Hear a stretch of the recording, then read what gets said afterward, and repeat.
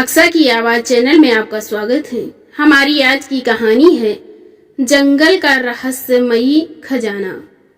एक बार की बात है, एक छोटे से गांव में जो घने जंगल के किनारे बसा था, 4 दोस्त रहते थे।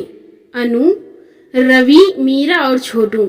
ये चारों दोस्त हमेशा एक साथ खेलते, हंसते और नई नई साहसिक योजनाएं बनाते।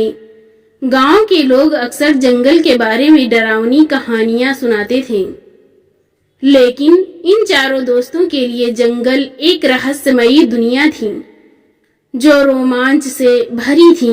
एक दिन गांव के सबसे बुजुर्ग व्यक्ति बाबा भैरवनाथ ने बच्चों को एक पुरानी किताब दिखाई। उस किताब में एक नक्शे का जिक्र था जो जंगल के बीच छिपे एक प्राचीन खजाने की ओर इशारा करता था। बाबा ने बताया कि यह खजाना सदियों से जंगल में कहीं छिपा है, लेकिन उसे पाने का रास्ता खतरों से भरा है। क्या यह सच है बाबा? अनु ने उत्साह से पूछा। हाँ मेरी बच्ची, बाबा ने मुस्कुराते हुए कहा, लेकिन खजाने तक पहुंचने के लिए साहस, बुद्धि और दोस्ती की जरूरत होगी। बस यहीं से शुरू हुई हमारे बच्चों की कहानी। चारों दोस्तों ने फैसला किया कि वे इस खजाने को ढूंढने जंगल में जाएंगे। अगली सुबह सूरज उगने से पहले वे अपने छोटे छोटे बैग में रोटी, पानी की बोतल और एक मसाल लेकर जंगल की ओर निकल पड़े।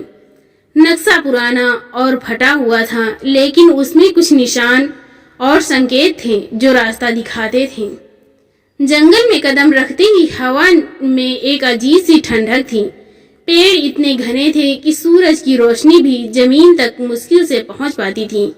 रवि, जो सबसे नन्हा लेकिन सबसे नटखट था, ने कहा, यह जंगल तो जादुई लगता है, क्या पता यहाँ भूत भी हो।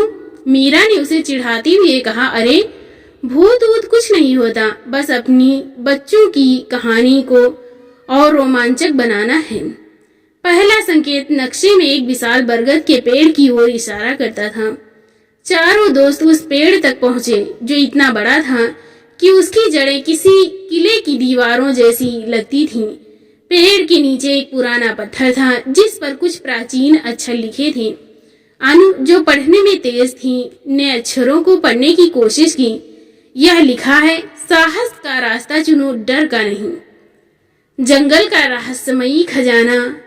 तभी पेड़ की जड़ों के बीच से एक गहरा गड्ढा दिखाई दिया। छोटू ने उत्साह में उसमें झांकने की कोशिश की, लेकिन अचानक एक जोरदार आवाज आई, जैसे कोई भारी चीज जमीन पर गिरी हो। दोस्त डर गए, लेकिन अनु ने कहा, हमें डरना नहीं है, यह हमारी बच्चों की कहानी का पहला इम्तिहान है। वह गड्ढे में उतरे। अंदर एक लंबी अंधेरी सुरंग थी। मशाल की रोशनी में दीवारों पर चमकते हुए चित्र दिख रहे थे, जादुई जानवरों, उड़ते हुए पक्षियों और एक सुनहरे खजाने की तस्वीरें। सुरंग के अंत में एक बड़ा सा दरवाजा था जिस पर एक पहेली लिखी थी, मैं हूँ वह जो रात में चमकता, दिन में छिप जाता, मेरे बिना नक्शा अधूरा, मुझे ढूंढो तो खजाना पूरा। चारों दोस्त सोच में पड़ गए, यह क्या हो सकता है? मीरा ने कहा। रवि ने अचानक चिल्लाकर कहा, तारा, यह तारा है, रात में चमकता है, दिन में छिप जाता है। सबने उसकी बात मानी और दरवाजे पर एक तारे के आकार का छेद ढूंढा। छोटू ने अपनी जेब से एक चमकता हुआ पत्थर निकाला जो उसने रास्ते में पाया था। उसने उसे छेद में फिट किया और दरवाजा खुल गया। दरवाजे के पीछे एक विशाल गुफा थी जिसके बीच में एक सुनहरा संदूक चमक रहा था। दोस्तों की आंखें चमक उठी, लेकिन जैसे ही वे संदूक की ओर बढ़े, गुफा में अचानक हलचल मच गई। दीवारों से अजीब सी छायाएं उठने लगीं। ये छायाएं जादुई प्राणियों की तरह लग रही थीं, जो खजाने की रक्षा कर रही थीं। यह क्या है? छोटू डरते हुए बोला। शांत रहो, अनु ने कहा, हमें अपनी बच्चों की कहानी में साहस दिखाना होगा। तभी एक छाया ने मानव रूप लिया और बोली, तुमने यहाँ तक का रास्ता तय किया, लेकिन खजाना केवल वही ले जा सकता है जिसका दिल सच्चा हो। उसने एक सवाल पूछा, तुम खजाने का क्या करोगे? चारों दोस्त एक दूसरे की ओर देखने लगे। मीरा ने कहा, हम यह खजाना गांव वालों के लिए इस्तेमाल करेंगे, स्कूल बनाएंगे, गरीबों की मदद करेंगे। बाकी दोस्तों में भी सहमत जताई। छाया मुस्कुराई और गायब हो गई। संदूक अपने आप खुल गया। अंदर सोने चांदी के सिक्के, हीरे जवाहरात और एक प्राचीन किताब थी। किताब में लिखा था कि असली खजाना दोस्ती और साहस है।